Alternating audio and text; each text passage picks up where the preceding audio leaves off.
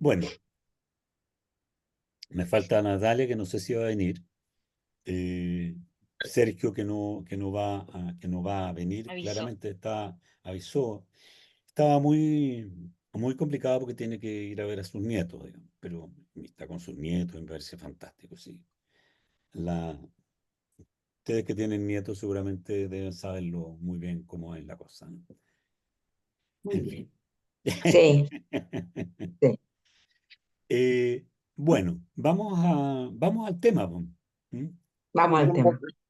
Antes de comenzar, pregunta, ¿alguna duda quedó? ¿Alguna duda? ¿Tienen algo que preguntar? ¿Tienen algo que aclaremos antes de partir? ¿O seguimos, digamos, así avanzando? De mi parte no Yo, hay yo, duda. ¿Mm? yo me quedé como con una impresión, más que nada, ¿Ya? em, de una muy buena impresión en general ¿Ya? de Heracles, porque al principio como que sentía que era un personaje medio bruto, así medio tosco, Ujú. eh, pero me llama mucho la atención su resistencia, su pertinacia, que no se deja vencer, no se deja, mantiene su Mm. posición y, y lo encuentro como de eso bien destacable, digamos, más allá de, de, de sus habilidades eh, Sí. físicas, ¿sí? Eh, Como que pareciera que en esta historia que dura, tú dijiste 10 años, una cosa así, que estuvo yendo y Ujú. viniendo, se mantiene siempre ahí, no Enfocado. parece ser, sí, Mm.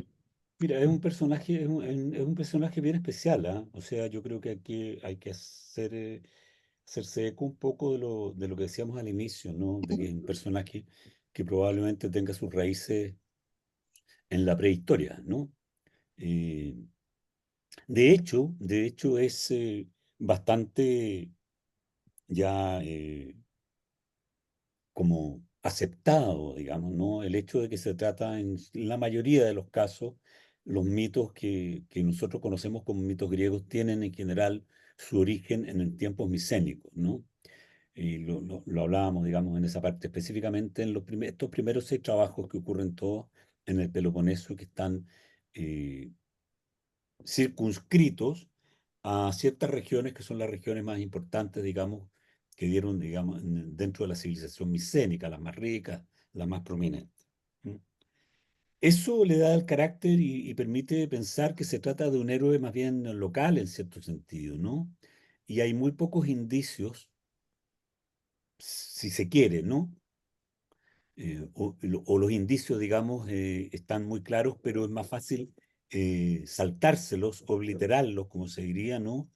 Eh, Puesto que se refiere a algo que es muy regional, ¿no?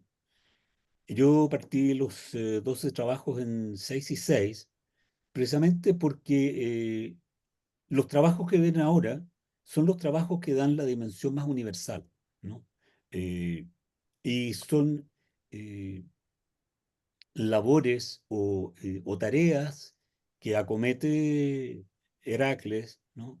Que en algunos casos se topan con las de otros héroes, ¿no? Es decir, aquí nosotros nos podemos dar cuenta y ver cómo finalmente, en realidad, Heracles es una entidad que sobrepasa una dimensión humana y queda más claramente una imagen de alguien que es o de algo, ¿no? Que tiene una dimensión divina a todas luces, ¿no? Eh, Pedro, Dígame. eh, esta perspectiva desde la cual nosotros hemos visto el comportamiento de Heracles, ¿es una perspectiva antigua o es una mirada actual del rol que él juega dentro de este desarrollo cultural? Mira, yo la verdad es que no podría darte una respuesta así como muy precisa, ¿no? ¿Mm? Indudablemente, yo creo que en tiempos más arcaicos, digamos, ¿no? Dada la estructura, cómo se plantean los mitos, indudablemente tiene dimensiones más bien divinas, ¿no? En el sentido, Ya. digamos, de que da cuenta de una dimensión, digamos, de una entidad, se llaman la espiritual, o una entidad, digamos, de orden divino, ¿no? Que se ¿Mm? enfrenta constantemente a las fuerzas destructoras de la muerte, finalmente, ¿no? Hay ¿Mm? una serie de referencias etimológicas y qué sé yo, ¿no? Ocurre que durante algún tiempo, ¿m? Especialmente a partir de la Grecia, de la Grecia arcaica, que se llama de los siglos séptimo, sexto en adelante, y sobre todo hasta el universo más bien romano, en que se hace referencia, digamos, a los dioses griegos y se les aúna de alguna manera a los dioses del Olimpo con los dioses latinos, que son muy similares, ¿no? Eh, Aparece más bien como un personaje sin ese tipo de trascendencia, ¿no? Más bien aparece como un personaje claramente mitológico.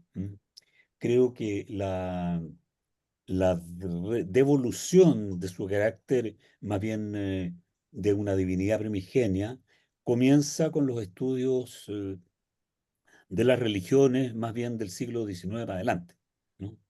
Cuando efectivamente, por lo menos en Occidente, ¿no es cierto?, se permiten las distintas estudios, digamos, poner a la misma altura religiones no cristianas con la religión cristiana, digamos, desde una perspectiva más bien eh, etnológica o etnográfica, ¿no? Y ahí comienza otra vez a buscarse cuál es es la razón de ser, digamos, o cuál es la estructura básica, de estos mitos, cuál es su origen, ¿no? Porque nosotros hemos estado mirando mitos que son mitos más o menos fundacionales de una cierta cultura, de nuestra cultura, ¿no? Yo no he querido meterme con mitos que son más conocidos, ¿no?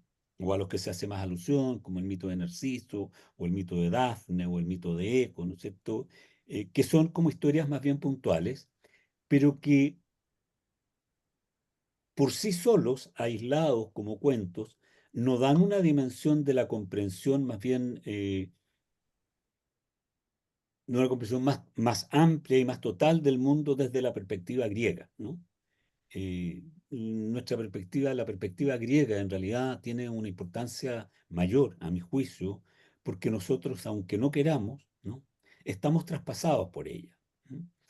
O sea, de hecho, si nosotros pensamos que nuestra civilización es fundamentalmente cristiana, digamos, ¿no?, en Occidente, nuestro cristianismo está atravesado, ¿m?, desde la asimilación con con los padres de la iglesia, ¿no es cierto? Desde la asimilación del pensamiento agustiniano, del pensamiento aristotélico a la iglesia, nos ha llegado una cierta forma de entender el mundo que es menos semítica, ¿no? Y que es más una conjunción heleno-semítica, digamos, ¿no? Es decir, ¿Mm? hay, hay un cuestionamiento, eso es lo que permite a Arriano hacer, creo yo, digamos, el plantear su herejía de de la no consubstancialidad, digamos, de las tres naturalezas, etcétera, ¿no? Eh, o sea, hay ahí un tipo de pensamiento que de alguna manera vuelve a aflorar en nosotros, ¿no? Que a mi juicio se exacerba un poco durante el siglo XIX en una excesiva razón, ¿no? Y que a partir de principios del siglo XX, vuelve a recuperarse todo un pensamiento más bien que valida lo no racional, digamos, ¿no? Lo no lógico como parte constitutiva del humano. Y creo que en ese sentido vuelve a aparecer esta dimensión más bien profunda, por ponerle un nombre quizás un poco ridículo, ¿no? En relación a lo que son las cosmogonías, los dioses, los espíritus que el ser humano ha imaginado, por lo menos, ¿no?, en esta parte del mundo. Ujú. Es decir, hay una recuperación en ese sentido, ¿no? El otro día me parece que la Fran fue la que dijo, estoy comprendiendo ahora el pensamiento griego, cómo estaba unido lo uno con lo otro.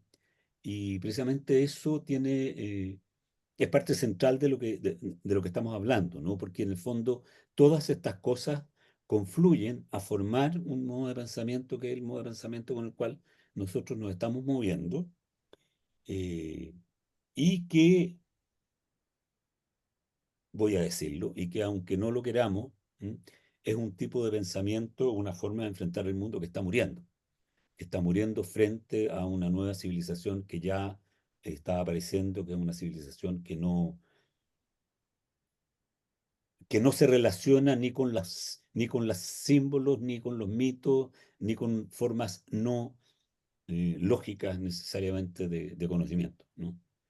Ujú. Eh, y que de alguna manera cuando se relaciona con ese universo, se relaciona a través de cosas más bien eh, de orden más popular, como la cartomancia, ¿no es cierto? La astrología, cosas que son más bien vienen desde otra dimensión distinta, más bien esotérica, digamos, en un sentido más preciso, digamos, del término. Sí, Maya. Yo me pregunto en qué rasgos concretos del personaje radica su divinidad. Hablar de que es una divinidad, en su fuerza, en su tesón para combatir, en su no dejarse vencer, en vencer el mal supuesto que representaba todas estas que vence, digamos, Y etcétera. ¿Cuáles son los rasgos para poder calificarlo como una divinidad? Y una divinidad muy importante, según tú sostienes, ¿no?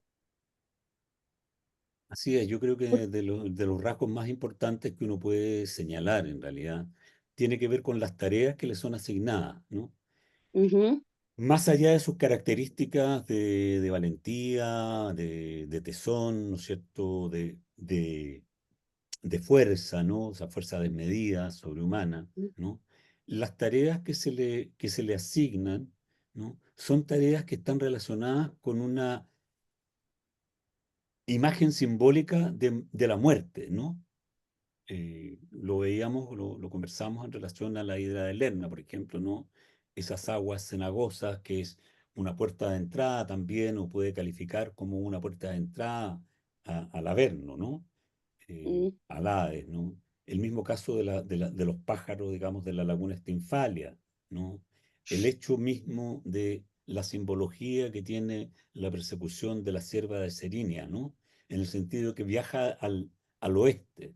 El oeste es el lugar, ¿no es cierto?, donde se pone el sol y está no solo mitológicamente, sino conceptualmente en la Grecia arcaica y en la pre-arcaica, digamos, eh, es- está reputado como el lugar del reino de los muertos. Es decir, él va y se acerca al reino de los muertos, ¿no? Cuando él, ¿a dónde? En el caso, digamos, del león de Nemea, ¿no es cierto? También hay una entidad que es una entidad superior, que es un inmortal, ¿no? De alguna manera. ¿M? Eh, en la divinidad tiene que ver en el fondo con esa dualidad, digamos, lo grandioso que tiene Hércules, o, ¿no es cierto? A mi entender, hasta ahora, es esa capacidad de estar en una relación muy, no sé cómo decirlo, dialéctica en un sentido más clásico, ¿no? Entre la vida y la muerte, ¿no? Es un juego constante entre la vida y la muerte como dos partes del todo, ¿no? Es decir, está ahí, digamos, eh, Heracles funciona, digamos, como una dimensión de la pujanza vital frente a la pujanza de la muerte, pero que al mismo tiempo está siempre a punto de sucumbir ante la pujanza de la muerte. Y es en ese ciclo en donde yo entiendo y percibo ese carácter de divino, ¿no? En los trabajos, digamos, que vienen de la segunda serie, que parten, ¿no es cierto?, con la ida a buscar del toro de Creta, ¿m? ujú. Que luego tiene que ver es la ida a buscar, ¿no es cierto?, de los bueyes de Gerión, los caballos del Tracio de Diomedes, ¿no? Todos estos viajes que son viajes a los extramuros del mundo conocido, por llamarlo de alguna manera, ¿no? Nos ponen mucho más en evidencia, a mi juicio, el carácter o la dimensión, digamos, de una divinidad que es, como decíamos en algún minuto, el alexícacos, aquel que aleja el mal, aquel que defiende del mal. Y no podría pensar, ¿no es cierto?, que el mal fundamental es la muerte, ¿no Ujú. es cierto? Es quien vence la muerte. Aquí nosotros vamos a ver, por ejemplo, eh, casos en que salva de la muerte. Precisamente hace ese trabajo, ¿no? Quizás la tarea más sencilla de las que asume, digamos, que es el trabajo de la ida a buscar del toro, ¿no es cierto?, de Minos, ¿no? Es la menos trascendente en cierto sentido y la que quizás tiene un carácter mucho más de memoria histórica que otra cosa, ¿no? Eh, Se le encomienda, ¿no es cierto?, que vaya a buscar el toro de Minos, que es un toro blanco, que Poseidón le ha regalado a Minos, el rey de Creta, ¿no? Minos había ofrecido a Poseidón sacrificar en su nombre y en su altar la primera criatura viva que saliera del mar. Y entonces Poseidón le envió este toro, ¿no es cierto?, este toro blanco. Pero Minos lo encontró tan lindo, este toro, que no lo quiso sacrificar y sacrificó en su lugar a otro. ¿Mm? Estamos otra vez en la sustitución, digamos, ¿no? Mm, En una clara transgresión al mm, orden, digamos, ¿no? Dicen en alguna parte del mito, en un mito paralelo, digamos, que esta acción de Minos hizo que Poseidón castigara a Minos, insuflándole un amor irresistible a su mujer, Pasífae, por este toro. Y entonces esta mujer, Pasífae, ¿no es cierto?, le pide al gran inventor y arquitecto Dédalo que le invente algo para poder aparearse con el toro. Y entonces dice el mito que Dédalo le construye un toro de una vaca de madera en la que ella se puede meter adentro, ¿no? Para que el toro blanco de Poseidón la cubra, ¿no? Y de esta unión es de donde nace el Minotauro.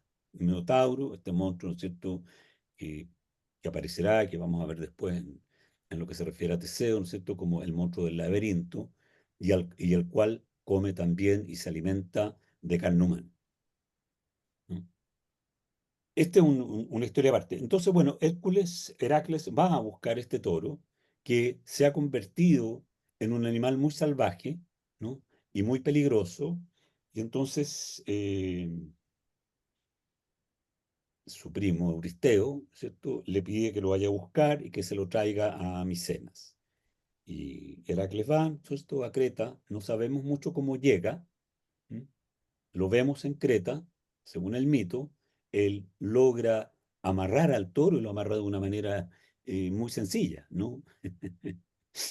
Lo amarra tal como se amarran en el campo los toros. Se le amarran los cachos a las patas delanteras. Y así se lo pone al hombro, pero hay otra versión del mito que dice que montó, una vez amansado el toro, montó el toro, ¿m? Y el toro se lo llevó por las aguas del mar, océano, ¿cierto?, nadando hasta Micenas. Y ahí en Micenas el toro fue entregado al templo de la diosa Hera y después fue liberado y se partió a Maratón. Maratón, que queda al norte de Atenas, al norte del Ática. En Maratón va a atrapar el mismo toro, según otro mito, Teseo, que es el héroe fundador, digamos, de Atenas. Esa es la primera historia, es una historia que en realidad, bien, es una historia que nos habla de una dimensión de Heracles que lo saca de su territorio habitual y nos lo instala en un lugar que para el universo griego es un lugar muy importante porque es el origen de ellos mismos, ¿no? Es decir, eh, Creta históricamente, ¿no es cierto?, fue un imperio marítimo, comercial, que circulaba por todo el Mediterráneo oriental, ¿no? Y que en su minuto, ¿no es cierto?, tuvo ciertas colonias en lo que es la Grecia continental actual, ¿no? De esa Grecia continental actual los micénicos aprendieron muchas cosas, copiaron de alguna manera su forma de hacer cerámica, etcétera, etcétera, hasta que a su vez se desarrollaron más los micénicos y invadieron Creta en 1400 y tanto más o menos, ¿no? Destruyendo el palacio de Cnosos y qué sé yo, y se dio vuelta el tema. Por lo tanto, esa aparición de Heracles en Creta es muy importante, muy sintomática, digamos, ¿no? Quizás eso es lo que se esconde detrás del mito ahí, y por eso el mito no tiene esa fuerza, ¿no? Pero nos encontramos aquí finalmente como el segundo trabajo, digamos, después de esto, que es el trabajo que quizás a mí me llama más la atención, que es la ida a buscar las yeguas del rey Diomedes de Tracia. ¿M? Varias cosas así como para entenderla un poco, ¿no? Si bien Diomedes es un nombre griego, eh, Tracia para los griegos, incluso en época arcaica, digamos, ya estamos hablando siglo VIII, siglo VII, Tracia siempre fue un reino para los griegos o un espacio geográfico humano y geográfico físico extraño, un lugar de crueldad sanguinaria y de barbarie. Eran como bárbaros por excelencia, ¿no? De hecho, si uno mira en la Odisea, digamos, ¿no? Una de las primeras cosas que hace Odiseo es atacar, ¿no es cierto?, un pueblo de Tracia, los Sicones famosos, ¿no? A los que ataca, destruye, les roba sus vinos y qué sé yo, pero logran reponerse y son tan violentos que tienen que salir arrancando, ¿no? Entonces, eh, a este lugar, ¿no es cierto?, tiene que ir Diomedes a buscar 4 yeguas, que son las yeguas que tiene Diomedes en su establo. Las yeguas que tiene en un establo, ¿no es cierto?, que las tiene muy amarradas con cadenas de hierro a unas pesebreras de bronce. Se dice, ¿no es cierto?, y se sostiene en el mito que es imposible sacarlas por las cadenas de hierro. Y aquí, un pequeño paréntesis, estamos hablando de una transición probablemente entre la edad de bronce y la edad de hierro, ¿no? Es decir, hay ahí una significación, creo yo, ¿no? La gracia, si es que gracia tienen estas yeguas, ¿no?, es que se alimentan de carne humana. Es decir, son en realidad, ¿no es cierto?, en ese sentido también imágenes de aquello que destruye lo humano, ¿no? ¿Qué es lo que destruye lo humano? Básicamente la muerte. O sea, hay ahí una imagen, digamos, de la muerte también representada en esas yeguas, ¿no?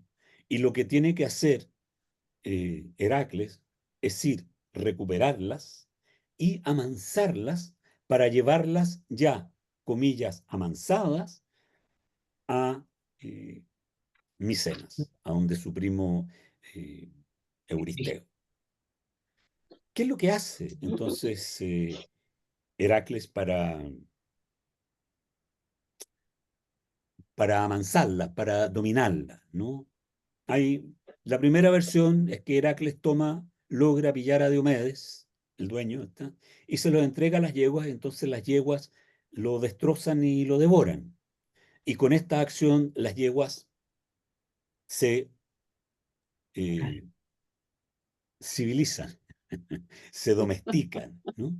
Y hecho esto, entonces él las unce en un carro y las lleva dirigiendo el carro hasta, ¿no es cierto?, Micenas. En Micenas las recibe Euristeo, no, ¿sí? Las consagra a Hera y dice la leyenda que la raza de esas yeguas perduró hasta la época de Alejandro. O sea, estamos hablando de una cuestión mítica.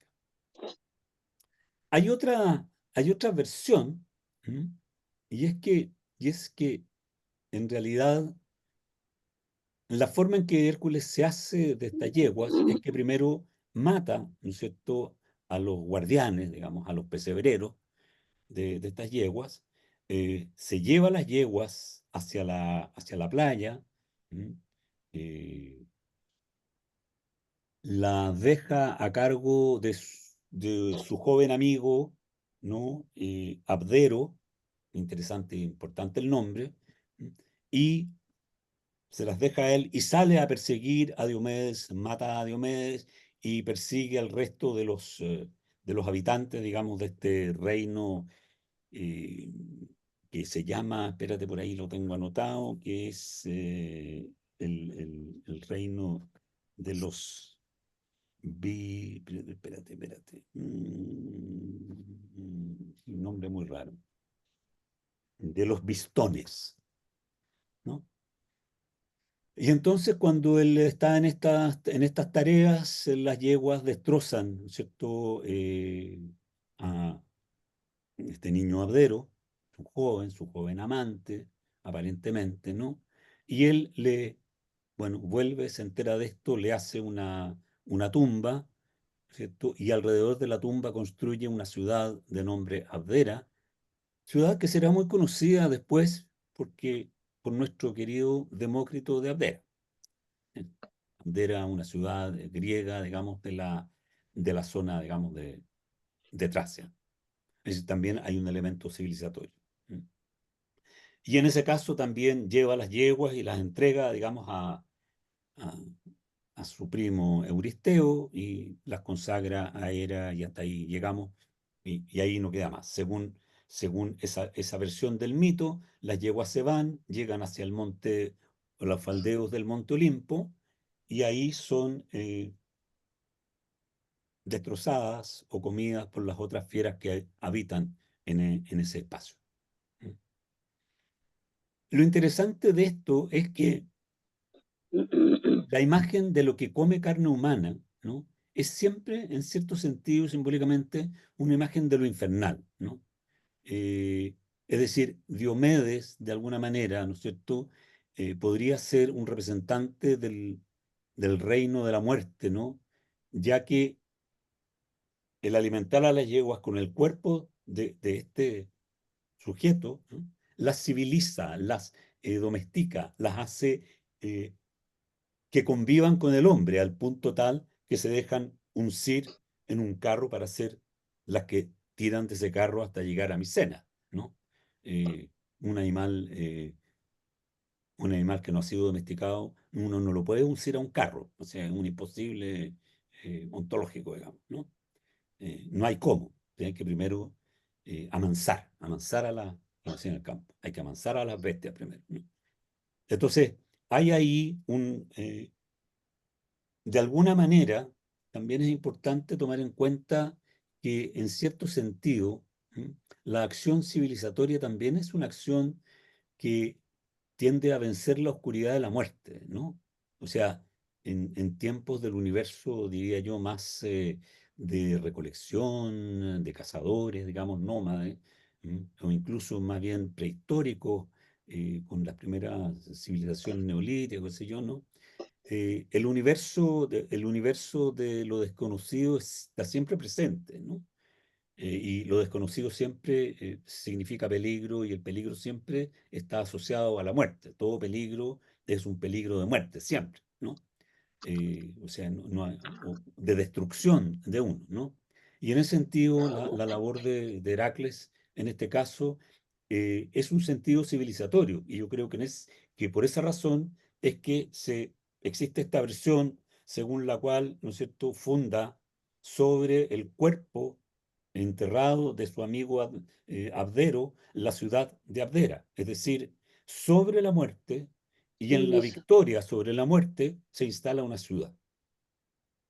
Yo creo que ese es un tema bien decidor, ¿no? Ahora, hay aquí otra característica que es bien importante, y es que para llegar al viaje, para llegar a Tracia, ¿no?, él recorre un camino por los Balcanes, digamos, ¿no? Por la costa griega, y se detiene en un lugar en el reino de Feres, donde hay un rey de nombre Admeto. Admeto quiere decir el indomable, que lo acoge en su casa. Admeto está casado, tiene de consorte de reina a una joven llamada Alcestis o Alceste. Hay una obra de Eurípides que se llama Alceste, Alquiste. Y lo que hace Heracles, es que cuando llega a la casa de este señor Admeto, que lo recibe en su casa, Admeto no le dice nada, pero su mujer acaba de morir. Y entonces Heracles se da cuenta de esto, ¿no? Y toma a la muerte por el cuello y la obliga a devolver a la vida a Alceste, ¿no? Es decir, vuelve a aparecer dentro de este relato que no está dentro de los trabajos, pero que está incorporado en este trayecto, ¿cierto? Vuelve a aparecer un vencedor de la muerte, ¿no? La vuelve a vencer. Obliga a la muerte a que le devuelva a alguien a la vida. Y esto también nos va hablando de esa dimensión que tú preguntabas, Maya, ¿no? De Sí, dónde se ve esa dimensión, ¿no? sí. Más bien como una fuerza, diría yo, más bien, yo no sé si divina sería la palabra exacta, ¿no? Pero es como una fuerza primigenia, ¿no? Hay como una simbología ahí de la lucha constante entre la vida y la muerte, ¿no? ¿Cómo se vence a la muerte? Y yo creo que es un tema que nos persigue hasta el día de hoy, ¿no? O sea, Sí. el mito de la inmortalidad y el deseo de la inmortalidad de algunos es como, caray, ¿no? Como quizás no, no saben la chichita con que se están curando, como dicen por ahí, ¿no? Hay un mito, hay un mito griego sobre eso, que es la aurora, ¿no? La aurora que se enamora de un joven y entonces le pide a Zeus que le dé la vida eterna a su enamorado con el que se casa, ¿no? Pero se le olvida pedirle, además de la vida eterna, la inmortalidad, se le olvida pedirle también la juventud perenne. Y entonces se encuentra con que su marido está cada día más viejo hasta que en realidad mientras el tiempo pasa, un dechado de cuero, ¿no? Diga, Maya. Perdón que te interrumpa. Dice, siguiendo un poco a Cervantes, que toda comparación es odiosa, pero esta divinidad de vencedor de la muerte de Heracles se asocia un poco también a que Cristo vence la muerte, por ejemplo. Y Sí, también claro. estaba pensando, ¿ah? Claro, Sí, y claro. también estaba pensando en la resurrección de esta mujer que tú dices que la resucita, en la resurrección de Lázaro. Hay tantas cosas que Ujú. se van como asociando o repitiendo, ¿ah? Claro, Aunque hay comparar varios. siempre es odioso, pero interesante, ¿ah? Hacer como nexos. Mm. Eso quería Es aportar. que en realidad nosotros nos encontramos en la mitología griega y en la mitología de varios lugares con cosas que son bien comunes, ¿no? Y que aparecen también Ujú, en la simbología cristiana y en la simbología hebrea también, ¿no? claro. Hay una historia, ¿no es cierto?, de Heracles, cuando Heracles va a Troya, ¿no?, en que rescata a un rey frigio, ¿m?, que entra a la boca a, a un monstruo marino y está durante 3 días en el vientre del monstruo marino, ¿m?, con una espada Jonás. en la mano. Jonás. Entonces, Claro. y hay muchos mitos en el fondo, ¿no?, que son compartidos. O sea, hay todo un estudio bastante importante acerca de los orígenes semíticos, ¿no es cierto?, de la cristología o más bien de la simbología hebraica, ¿no? Con la única diferencia y lo original, digamos, de la mitología judía en ese sentido, es que el Dios Yahvé es un Dios único, no es un Dios dual, porque en Mm, todas las mitologías babilonias, asiria, etcétera, siempre hay una lucha Y aquí se repite el caso, digamos, Heracles en ese sentido, ¿cierto? Hay una lucha entre el dios de la vida y el dios de la muerte. Siempre mm, pasa la creación del mundo por la muerte de alguien, ¿no? Eh, Incluso lo encontramos eso en la mitología egipcia, ¿no? La muerte de Osiris, ¿cierto? Está la muerte de Tiamat, ¿no es cierto? En el universo babilonio, ¿no? Antes de la creación del mundo, ¿no? También, ¿no es cierto? De la nada crea Yahvé el mundo, ¿no? Un poco como desde la oquedad también hesiódica, ¿no? mm, Que veíamos. Es decir, hay muchos paralelos en el fondo, ¿no? mm, ¿Y cuál es la simbología? ¿Qué cosas son eh, profundamente simbólicas, ¿no? Eh, yo siempre pienso, yo soy un gran admirador de San Francisco de Asís, por ejemplo, ¿no? Y siempre pienso que en realidad, claro, todas estas historias, ¿no es cierto? Su historia con el lobo, su historia, ¿no? Con su hablar con los animales, ¿no? Es también una cuestión más bien simbólica o simbológica que algo que corresponde exactamente a la realidad. ¿M? Eh, ya ahí entra una cuestión de fe y eso ya es un imponderable. Pero en general, ¿no es cierto? Quienes aparecen en las distintas versiones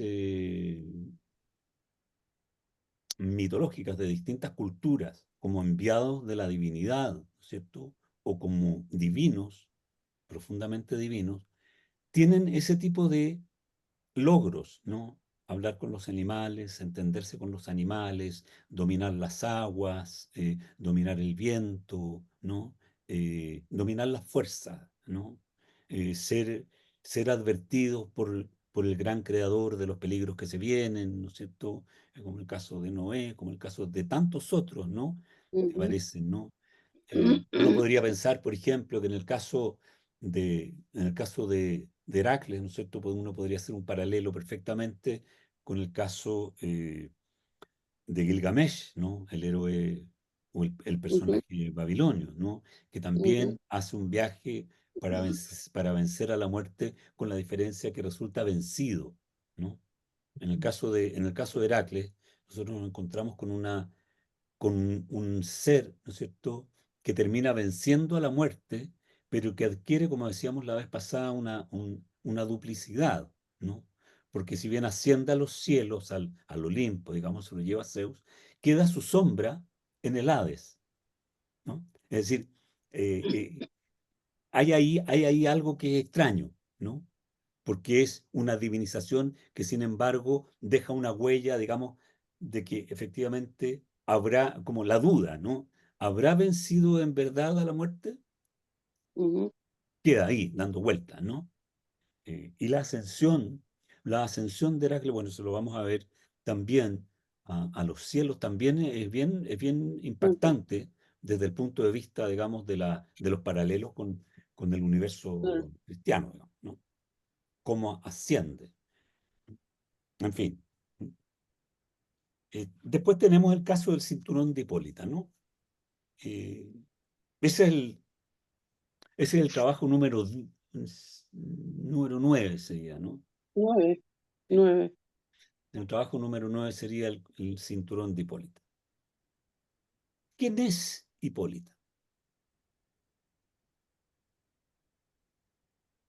Hipólita, bueno, ustedes han oído hablar de las Amazonas, supongo, ¿no? Ujú, Hipólita es la reina de las Amazonas, ¿no? Hipólita tiene un cinturón que es un regalo o de Ares o de Zeus, ¿no? Que es como su insignia de poder, ¿no? Es como el signo de que ella es la reina, ¿no? Ella, como reina de las Amazonas son una tribu de mujeres guerreras, ¿no? Que viven en un lugar que uno podría precisar geográficamente, que es en las riberas sur del Mar Negro, digamos, del Euxino Ponto, el Ponto Euxino, en lo que sería el norte, hacia el norte de Turquía, ¿no? Más bien tirado hacia el norte de Anatolia, más bien tirado hacia la zona de Georgia, ¿no? Hacia una zona, de acuerdo al mito de los argonautas, sería más allá la zona de Tiflis, ¿m? O Tbilisi, como le llaman ahora los georgianos, ¿no? Que viene a ser más o menos la capital de Georgia. Eso corresponde, esa región corresponde a lo que Heródoto llama la región de Escita, los escitas, ¿no? Los escitas, que son un pueblo que anda, ¿no es cierto?, grandes guerreros de a caballo, ¿no es cierto?, que causan estragos, ¿no? Causan estragos y son más o menos invencibles. El reino lidio no ha podido vencerlos, ninguno de los reinos lo ha podido vencer, y que están emparentados, según la mitología, con los hiperbóreos, con los que están más al norte, ¿no? Las Perdón, Amazonas, ¿cómo se escribe? ¿Cómo se escribe Escitas? Escitas, es citas. Ahí estamos en Wikipedia, veo. Estáis buscando ya, estáis buscando. Los escitas también los refiere mucho Shakespeare, ¿eh? Shakespeare habla harto de los escitas. ¿Sí? Porque es como ¿Sí? es como la idea de los pueblos más salvajes, bárbaros, ¿no? Guerreros como natos, ¿no? Eh, y en cierto sentido, el pueblo tracio, los tracios, algo recuerdan de los escitas, ¿no? Da como una cierta imagen de eso, ¿no? Eh, Ahora, ¿por qué se llaman Amazonas? ¿Tienen ustedes alguna idea de por qué se llaman Amazonas? Yo fui amazona, pero no tengo idea. ¿Qué le Amazonas, quitación? ¿Que Pero no andan a sé. caballo? no, Amazonas, porque les falta un pecho. Se Ah, cortan No el me pecho pasaba, derecho no me pasaba eso a mí. para poder manejar el arco Ah, el y arco, la lanza sí. mientras cabalgan. Ujú. La palabra amazona tiene que ver con el Con eso, pecho. sí, sí. Ah, ¿Con qué? Amastus. Es que que le falta sin un pecho, pecho, sí, claro, que le sin falta un pecho. pecho, claro. Amazona. Sí. Por eso se llaman Sin Amazonas. Amazon.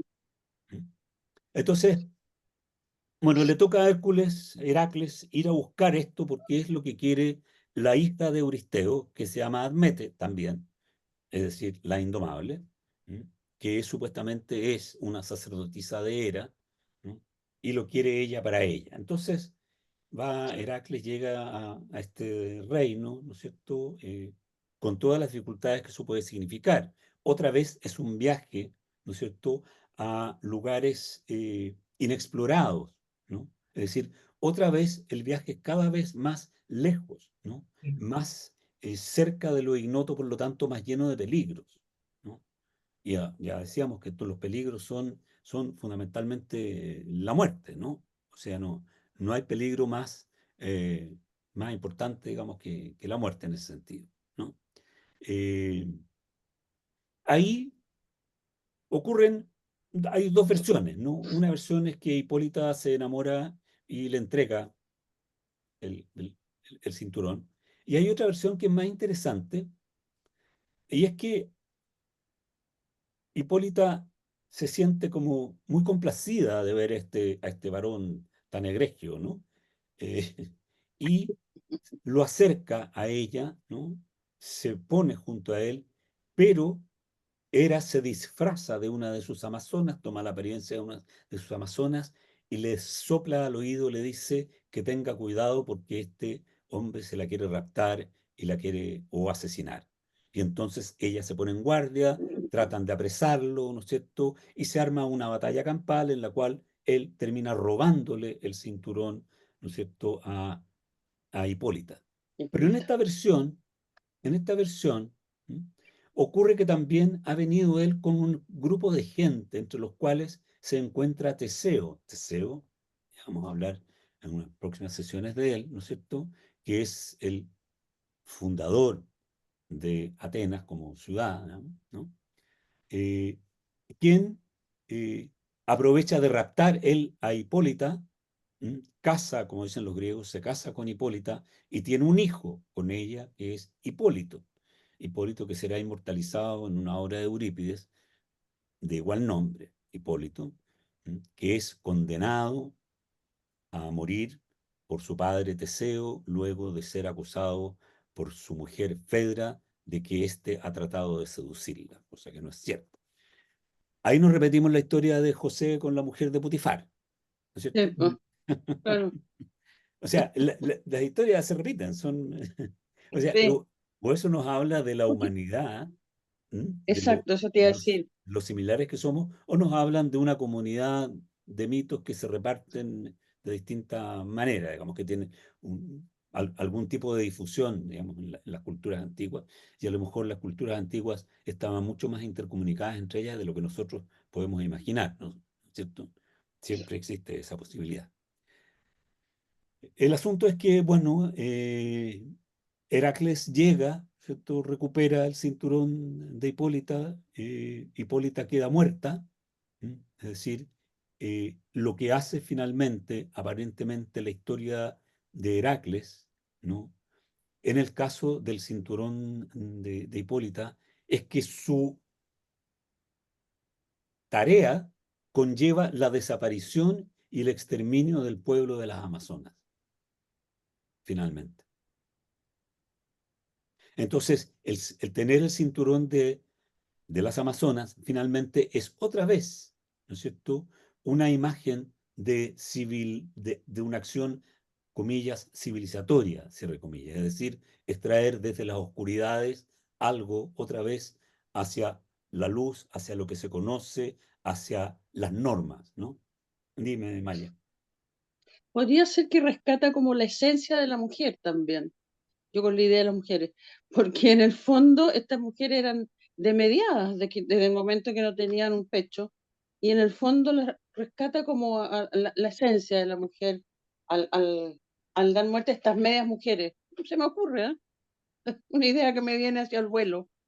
Podría Sí, ser, pues, sí, podría ser, pero yo creo que, claro, no va por ahí.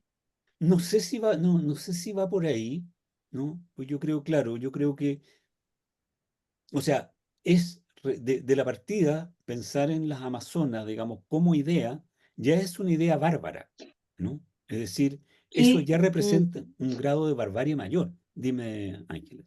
y que no entiendo por qué el que este pueblo desaparezca es tan provechoso para la civilización.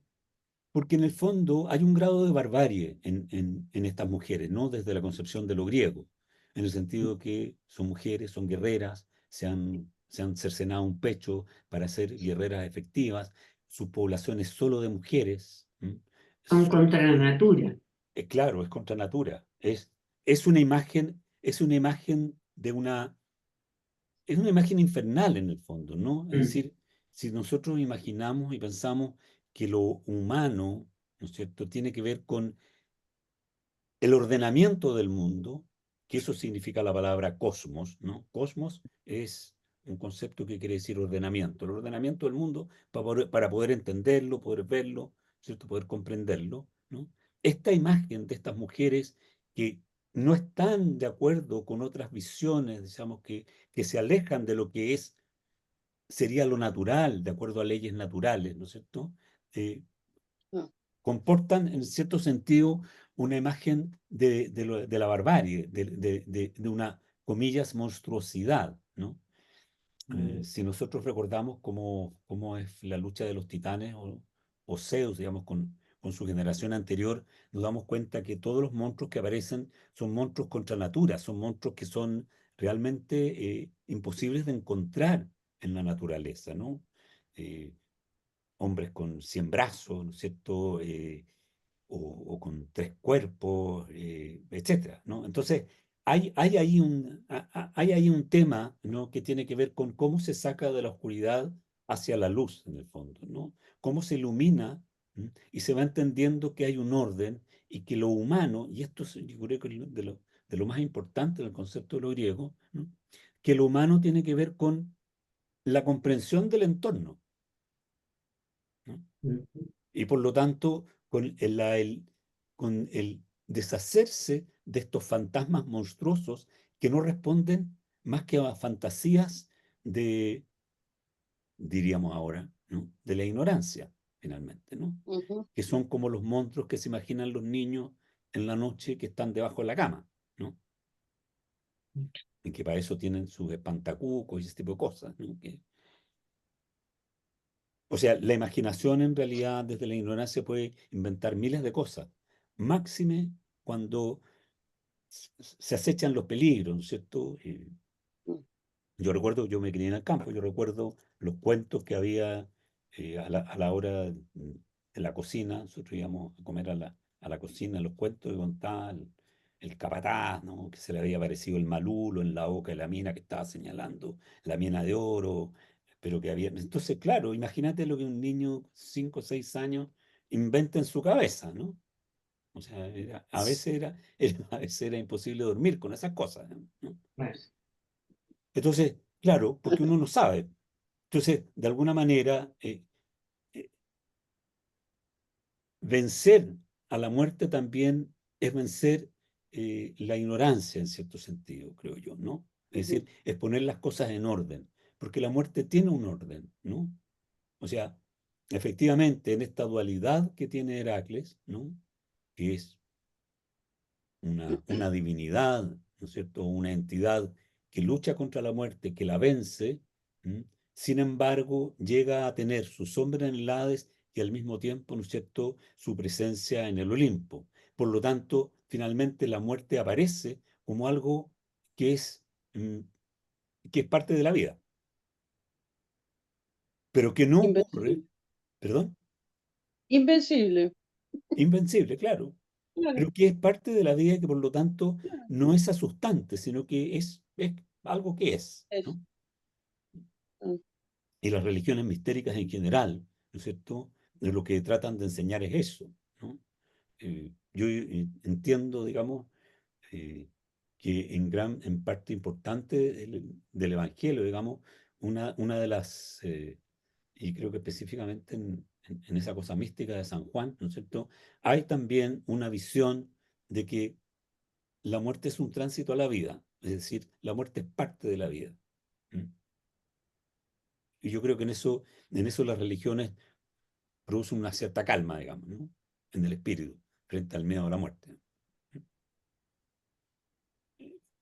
Por eso digo lo que digo yo de Heracles, ¿no? Que como, eh, en fin, luego tenemos, espérate, espérate, ya estoy perdido ya con los trabajos. Ah, otro claro, trabajo. estamos El con los torpedo, bueyes. ¿dónde está el El torpedo? torpedo está aquí, el torpedo está ¿Cuál aquí al lado. viene? Los bueyes de Gerión. Aquí, Ah, aquí otra vez, aquí es bien importante, ¿no? ¿Quién es Gerión? mm, Gerión es uno de los personajes que aparece en la Teogonía, ¿no es cierto? Entre los monstruos, digamos, ¿no? Que deben ser Zeus. Gerión es un gigante que tiene 3 cuerpos, 3 cabezas y 6 brazos. Algunos, en algunas pinturas de vasos o en algunas otras versiones, cuenta además con 6 piernas, en otros simplemente cuenta con 2 piernas, pero con 3 torsos, ¿no? Eh, el número 3, nos encontramos aquí con el número 3, es interesante. El can Cerbero, que es el guardián, ¿no es cierto?, de la puerta del Hades, también tiene 3 cabezas en general, ¿no? Hay cabeza. aquí hay aquí una alegoría del número 3 que es bien importante, ¿no? ¿Qué es lo que es el número 3? ¿No? El número 3 simbólicamente representa el axis mundi, ¿m? El eje del mundo. El eje del mundo es una línea imaginaria que atraviesa los infiernos, la tierra y el cielo donde habitan los dioses. Es una imagen antiquísima, ¿no? Es una imagen que es común incluso a todas las religiones, ¿no? Es de ahí de donde viene el concepto del árbol de la vida, etcétera, ¿no? La idea de algo que atraviesa los 3 planos de la existencia. Es interesante el número 3 específicamente en Gerión, ¿no? Es decir, eh, ¿Por qué tres, no? Gerión es un personaje de la antigua mitología, ¿no es cierto? Es decir, preolímpico, ¿no? Y en este caso tiene a su cuidado unas bueyes que no se sabe si son los mismos bueyes del Sol, que nos encontramos en algún minuto en la Odisea, ¿no? Pero que está en un lugar alejadísimo, ¿no? Está hacia allá, hacia más allá, ¿no? de, del mundo conocido, hacia el oeste, hacia la puesta del sol, ¿m? En un lugar que tiene un nombre, creo que es Eritia, ¿m? Donde, do- lo que es rojo, ¿no? Algunos lo confunden con el Mar Rojo, pero esto está hacia el oeste, hacia donde se oculta el sol, ¿no? Y para llegar allá hay que atravesar el océano. El océano, para los griegos, ¿no es cierto?, es el El agua terreno. que circunda toda la tierra. Tierra. El océano, ¿no es cierto?, debe ser recorrido por el sol una vez que se pone y que aparece la noche en su barca por detrás del mundo, por el océano, para volver al punto en que aparece otra vez en la aurora, ¿no? Y el sol se mueve en una barca, si a veces llaman copa, pero es una barca en la que lleva, ¿no es cierto?, al carro del sol, ¿no es cierto?, el carro con la luz, y en el que más tarde, en la mitología más tarde, se le van a agregar las horas, ¿no? Por lo tanto, estos bueyes de Gerión, que Euristeo se los pide a Heracles, ¿m? Están a las puertas del reino de la muerte, ¿no? O están hacia el reino de la muerte. O sea, tiene que ir Heracles otra vez hacia los lugares más recónditos, ¿no?, a buscar estos bueyes. ¿Qué es lo que dice, cierto, el mito? El mito es bien complejo porque tiene muchas partes colaterales, ¿no? Una de ellas tiene que ver con que Heracles pasa por el oeste del Peloponeso hasta la ciudad de Pilos, hasta Pilos, ¿no? Pilos es hoy en día una ciudad que da al mar Jónico, ¿m? Frente a Italia, una ciudad costera. En esa ciudad fue rey, según la Ilíada, Néstor, ¿m? Conductor de pueblos y domador de caballos, ¿no es cierto? Pero Pilos en realidad corresponde a la palabra puertas, ¿no? Ahí están las puertas y en algunas mitologías es el lugar donde muy cerca estaban las puertas del Hades, las entradas al Hades. Una versión es que él pasa por Pilos, es decir, pasa por las puertas de la muerte y avanza hasta eh, el lugar donde se oculta el sol. Otra, otro, otro recorrido que se establece es que él pasa por el norte de África, ¿cierto? Y va desde Sirenia hasta donde estaría ahora Tánger, más o menos, ¿no? En ese lugar, él señala el fin del mundo construyendo las columnas, que se llamarán columnas de Hércules, y estableciendo que no se puede atravesar más allá. Y de ahí, entonces, para avanzar, porque está más allá de eso, ¿no es cierto?, los bueyes de Gerión, hace un pacto con el sol y el sol le presta su barca para llegar a esas tierras donde están los bueyes de Gerión. Los bueyes de Gerión están en un lugar que se identifica con Tartesos. Tartesos es el sur de España, hacia la costa atlántica, en lo que es hoy día Cádiz, ¿no?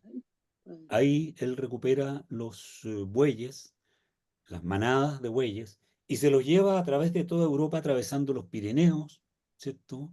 Llega hasta un lugar que es la Liguria, específicamente cerca de, ¿cómo se llama? Marsella, de Marsella, ¿no?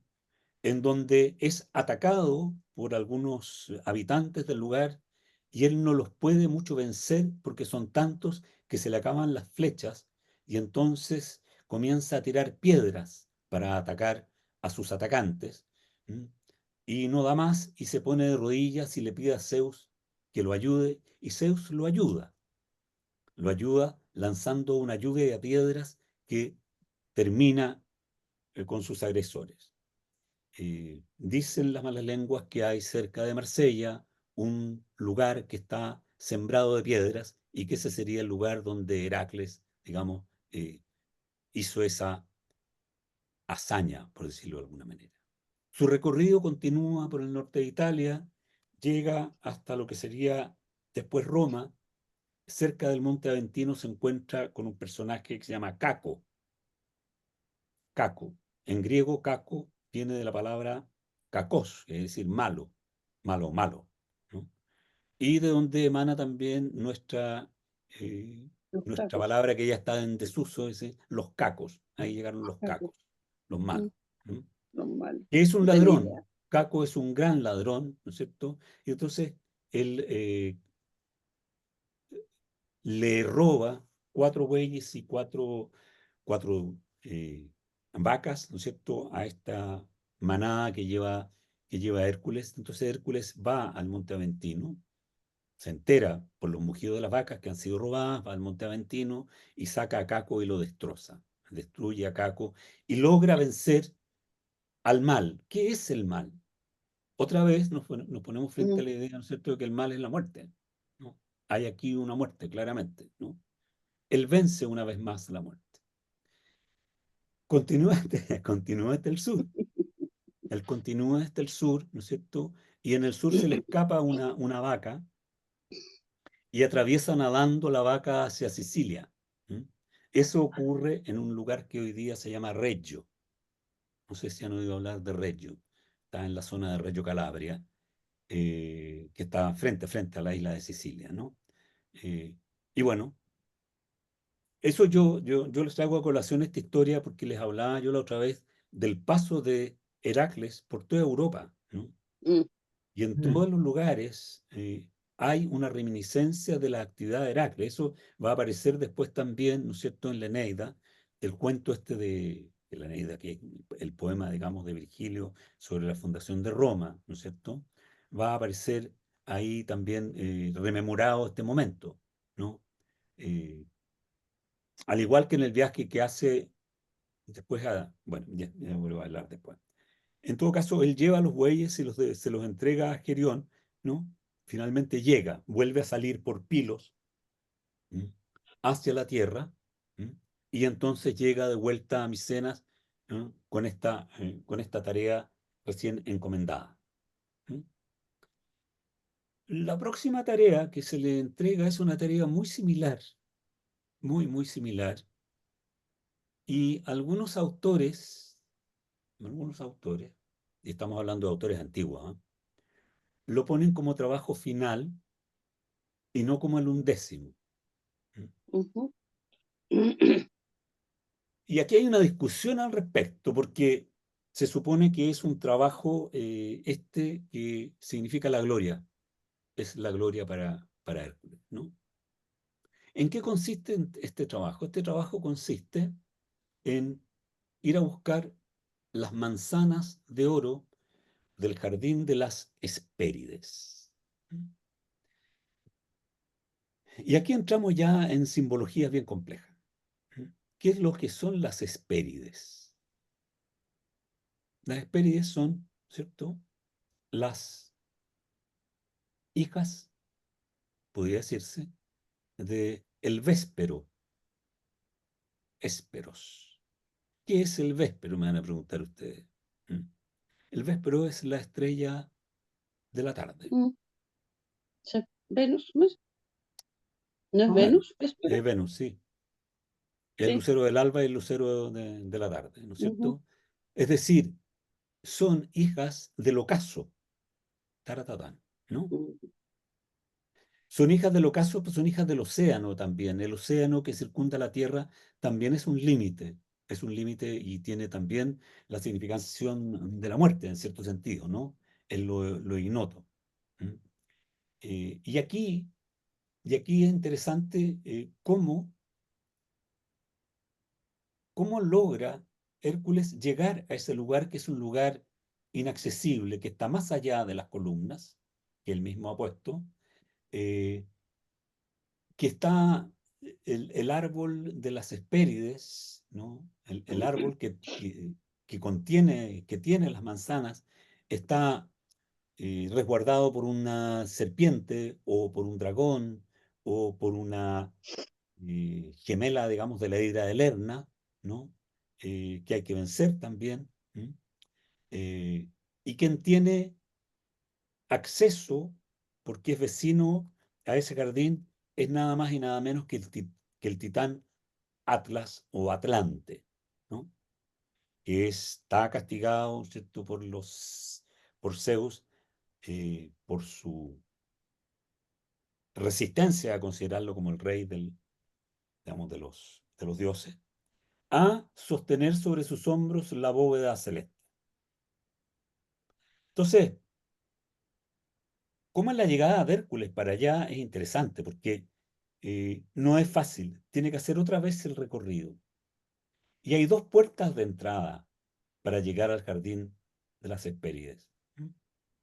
Y por lo tanto hay dos versiones del camino. Una versión del camino es que tiene que viajar al norte. Al norte, atravesar el Cáucaso, ¿cierto? En el Cáucaso se encuentra con Prometeo, ¿m? Aprovecha de liberar a Prometeo, cuyo hígado está siendo comido por el águila que le envía Zeus, mata al águila, libera a Prometeo. Y Prometeo le da las indicaciones sobre cómo llegar y acceder al jardín de las Hespérides. Y la forma que le da Prometeo de acceder al jardín de las Hespérides es diciéndole: tienes que conseguir que el titán Atlas entre al jardín y te traiga las manzanas. Y entonces él Interesante. va. ¿Mm? ¿Cómo? Me gusta esta, me gusta porque hay pillería ahora. Y entonces, bueno, continúa hasta el norte y pasa por el pueblo de los hiperbóreos. Los hiperbóreos son para los griegos pueblos que viven en las sombras y en las tinieblas, ¿no? En la niebla permanente, ¿no? Es decir, es todo un universo desconocido y es todo un universo que también asemeja, ¿no es cierto?, a la imagen que tienen los griegos del reino de los muertos, ¿no? Que es el reino de las sombras, digamos, y de lugares donde no entra el sol, ¿no? Eh, la otra versión es que él tiene que ir y encontrarse con Proteo. Proteo es una divinidad del mar que tiene la particularidad de transformarse de manera constante en otra cosa. ¿Mm? Algunos le llamaban el viejo del mar.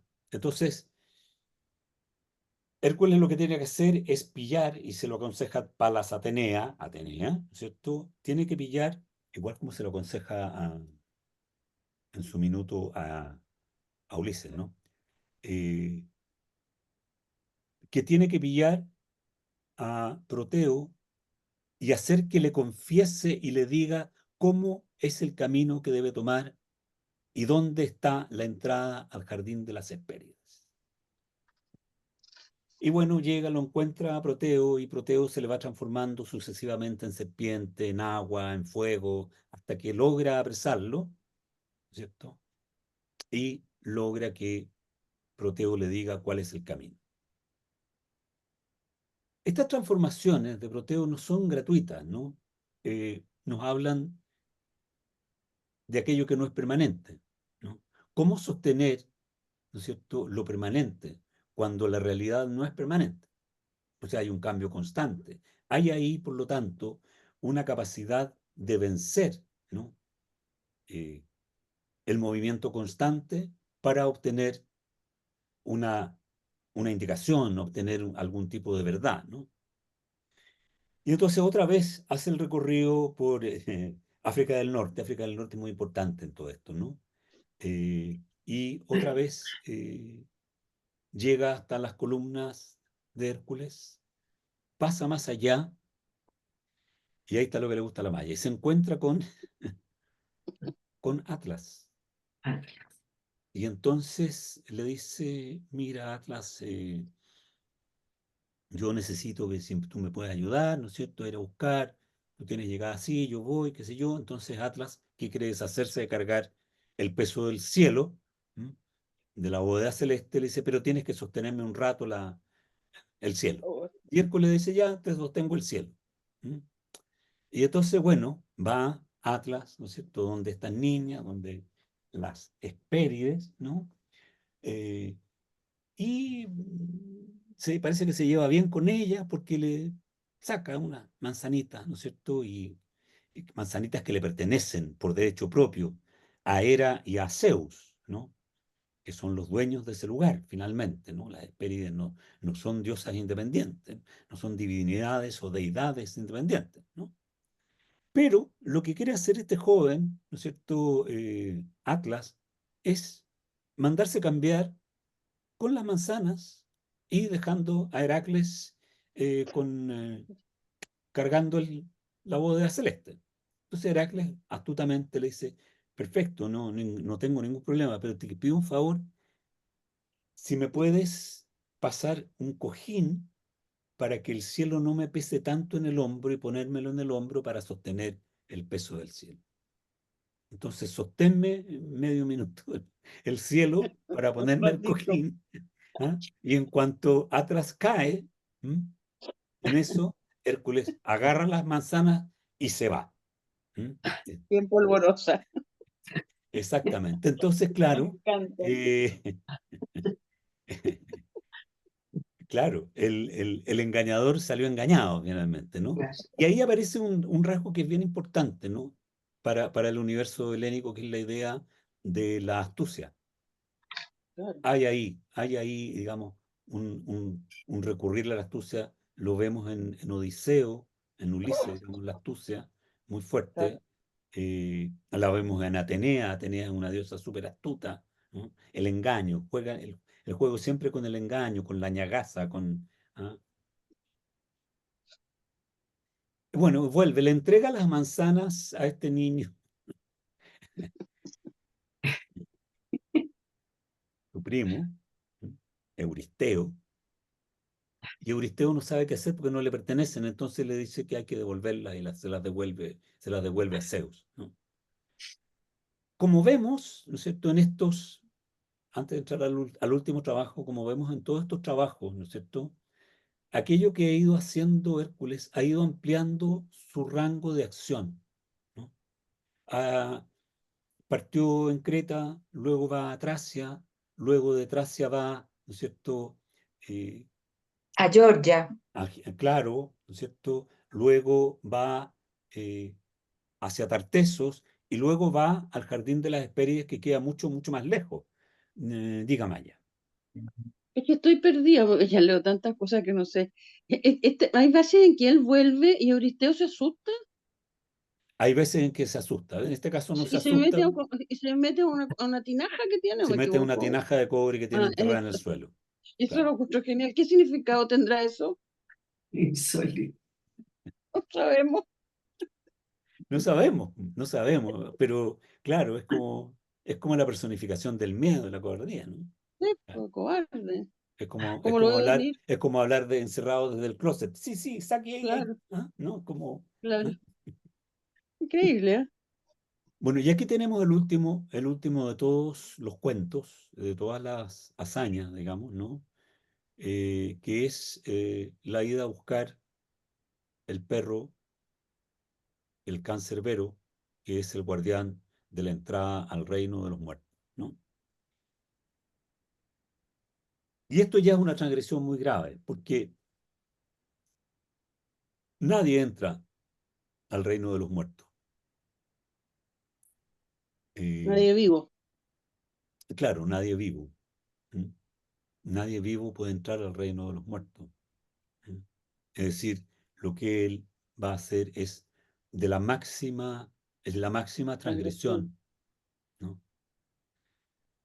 Para eso tiene que volver a entrar, ¿no es cierto? A la entrada tiene que atravesar el Aqueronte, tiene que atravesar la laguna Estigia, ¿no? Para llegar al reino de los muertos. Tiene que bajar a los infiernos. Y ahí, entonces, él baja y se encuentra con este perro, que es un perro que tiene 3 cabezas y cuya cola es una serpiente. En otras versiones, el can famoso, cancerbero, tiene 50 cabezas y no solo la cola es serpiente, sino que le salen serpientes de todo el cuerpo, ¿no? Es otra vez una imagen muy similar a la imagen de la hidra de Lerna, es decir, las serpientes con miles de cabezas. Hay que pensar que la serpiente está siempre asociada al reino de la muerte, ¿no? Es por eso que figura en el caduceo. El caduceo es el signo de los médicos, ¿no? Que tienen enrollada la serpiente, porque en el fondo lo que la medicina hace es salvar de la muerte. Ujú. Es decir, es dominar a las serpientes que son las representantes de la muerte, ¿no? Es extraño lo que pasa con las serpientes, pero así es, ¿no? O sea, el veneno que tienen es un veneno también salvador, digamos, en ese sentido, ¿no? Y es ahí donde entran las justas medidas, y es ahí donde entra también el espíritu civilizatorio, ¿no? Que es el conocimiento Sí, de las cosas, ¿no? O sea, en la medida en que, porque en el fondo cualquier fármaco, ¿cierto? En exceso es un veneno, ¿cierto? O sea, los sí. equilibrios son súper importantes. Bueno, él logra entrar al reino de la muerte, ¿no? Se encuentra con este perro y con una mano lo acogota. ¿Mm? Lo acogota no para matarlo, no lo mata, ¿Mm? Sino que lo domina. ¿Mm? Y a pesar de todas las resistencias de Hades, ¿no es cierto? Los de los infiernos, él logra salir. Pero en su salida, él se encuentra con 2 personajes que son bien importantes, que uno es Teseo, el otro Pirito, que son 2 amigos, uno rey de Tesalia, el otro rey de Atenas, ¿no? Que han ido, ¿no es cierto?, al infierno porque han querido raptar a Perséfone, que es la mujer de Hades, ¿cierto?, y la hija de Deméter, ¿no? Pero han quedado ahí petrificados, salvo Teseo que tiene movilidad en un brazo. Entonces, lo que hace Heracles es que cuando se va, ve a Teseo, lo toma del brazo y logra arrancarlo del infierno, no así a su amigo Pirito, ¿no? Logra llevar este can, ¿no es cierto?, al reino de Micenas y presentárselo a su primo Euristeo. Y este es el último trabajo, es decir, en la controversia acerca de qué es lo que es más glorioso, ¿no? ¿Qué es lo que lo glorifica más, ¿no es cierto?, a Heracles? La mayoría de los estudiosos están de acuerdo con que es esta última tarea, porque esta última tarea es explícitamente haber vencido Vencer a la muerte. a la A muerte, la al muerte. Hades, concretamente, ¿no? Haber podido salir indemne de la máxima transgresión que es ir al Hades a buscar a un muerto. ¿Mm? Más tarde va a haber otra tradición, ¿no es cierto?, que nos cuenta que Orfeo va a buscar a su mujer Eurídice también al infierno y que se le permite salir, ¿no es cierto?, y llevar a su mujer siempre y cuando él no mire hacia atrás. Entonces Orfeo, cuando Ujú. ya van saliendo del infierno, mira hacia atrás para estar seguro que Eurídice lo acompaña y en ese minuto Eurídice es otra vez raptada por el Averno. Entonces, eh, Sodoma y Gomorra. claro, no se puede salir, digamos. No, no, o sea, el Averno es un lugar del que no hay escapatoria. Entonces, lo que hace Heracles en realidad es el verdadero vencedor de la muerte. No hay otro que Eh, haya vencido a la muerte de esa manera. Entonces, sin lugar a duda, no cabe duda valga la redundancia, de que se trata de una divinidad, ¿no?, que está en ese juego constante de dominar a la muerte, es decir, de ponerle un freno también a la muerte, y por lo tanto también en ese sentido una divinidad, creo yo, civilizatoria, precisamente porque es el conocimiento el que nos permite y nos ha permitido a la humanidad, en el fondo, ¿no?, poder vencer a la muerte en sus manifestaciones más tremendas, más terribles, ¿no? Es lo que vamos haciendo con el conocimiento de la medicina, ¿no es cierto? Es lo que el hombre ha venido haciendo desde siempre, ¿no? Los conocimientos de las hierbas medicinales y de las distintas curas a distintos males, hay datos de eso desde el Paleolítico inferior, digamos, ¿no?, hacia adelante. O sea, el conocimiento de las propiedades medicinales es muy antiguo, es un rasgo altamente civilizatorio, ¿no? Pero Heracles le falta todavía llegar a la gloria, ¿no? Hay varias cosas que no hemos hablado de él, pero vamos a llegar a su subida final, ¿no?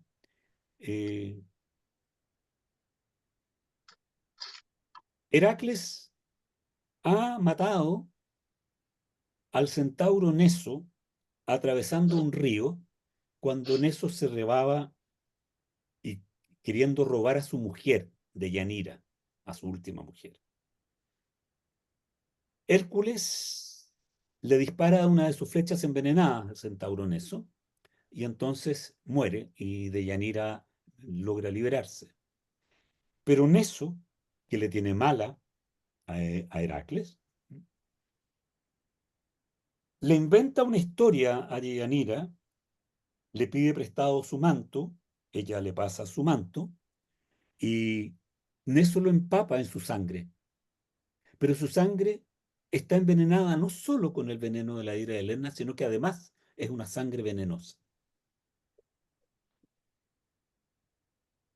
Entonces, Deyanira en un minuto,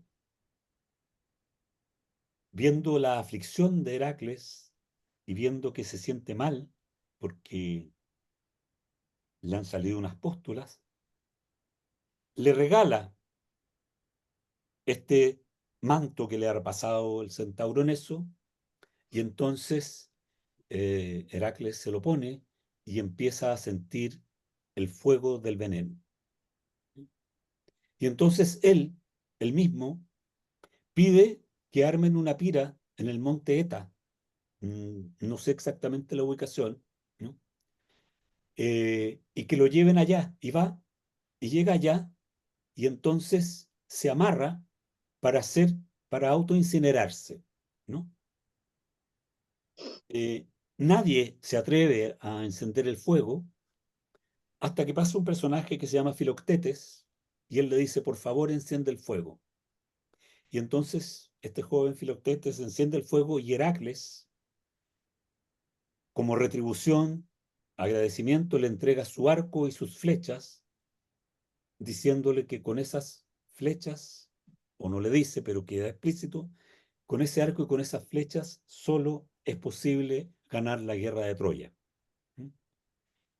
Y se enciende la pira, ¿cierto? Heracles es quemado, pero cuando van a buscar los restos de Heracles, no hay restos. Su armadura está vacía. Ha sido ascendido al Olimpo en gloria y majestad y es recibido por aquella que supuestamente era su enemiga, ¿no?, con bombos y platillos en gloria y majestad, ¿no? Y no solo eso, sino que además lo casa con su hija, con la hija de Zeus y Hera, Hebe, que es la juventud. Y entonces El queda sepulcro deificado. vacío. ¿Mm? ¿Ese sepulcro Me, vacío? me trae el Sí, pues, sepulcro vacío. sí. Entonces, bueno, ahí está. Ese es como el ciclo de Heracles. Si nosotros nos damos cuenta, chuta, ya nos pilló la hora. Si nosotros nos damos cuenta, toda la trayectoria de esta deidad, ¿no es cierto?, es una trayectoria que está relacionada directamente con el vencer a la muerte. Nosotros partimos, ¿cierto?, con su primera hazaña, que es derrotar a ambas serpientes que se acercan a su cuna, ¿no?, a las que elimina con sus manos, ¿no?, serpientes que son representantes del mundo subterráneo, digamos, ¿no? Y toda su trayectoria es vencer a la muerte hasta finalmente ser ascendido al Olimpo, al cielo. El Olimpo es Ujú, finalmente el reino celeste, digamos, ¿no? ujú. Las cumbres del Olimpo que están donde habitan los dioses, que están sobre la corona de nubes que rodea la cumbre del monte. Ese es nuestro Uy, se está Heracles. haciendo la batería. ¿Mm? Se me acabó la batería. No, si estás con ahí, man. ¿Ah? Sí, pero se me va a acabar en un segundito. Ya. Ya, pero estamos Bueno, que pero en todo terminamos. caso ya estamos terminando. ¿Qué es lo que nos queda ahora? Ahora nos queda, ¿cierto? No me acuerdo bien si nos toca Eleusis o los argonautas. Les digo al tiro. Espérenme ahí un Los minuto. argonautas creo que nos tocan, Sí, ¿no es me cierto? parece. Me parece. Voy Me a estuve mirar. viendo. Espérate, voy a ver aquí. Chuta. Te ponía Ciralá, te ponía el libro, te ponía. Aquí, espérate, ¿dónde se los puse? Se los mandé yo en algún minuto. Sí, sí, Sí, mandaste. A mí me parece mandaste. que... ¿Ah? ¿Ah? El calendario, aquí está. Argonáuticas, dice. Las argonáuticas, sí. Sí, Las argonautas. argonáuticas. Perfecto, Ujú. sí. Tenemos dos sesiones, el 27 2 sesiones.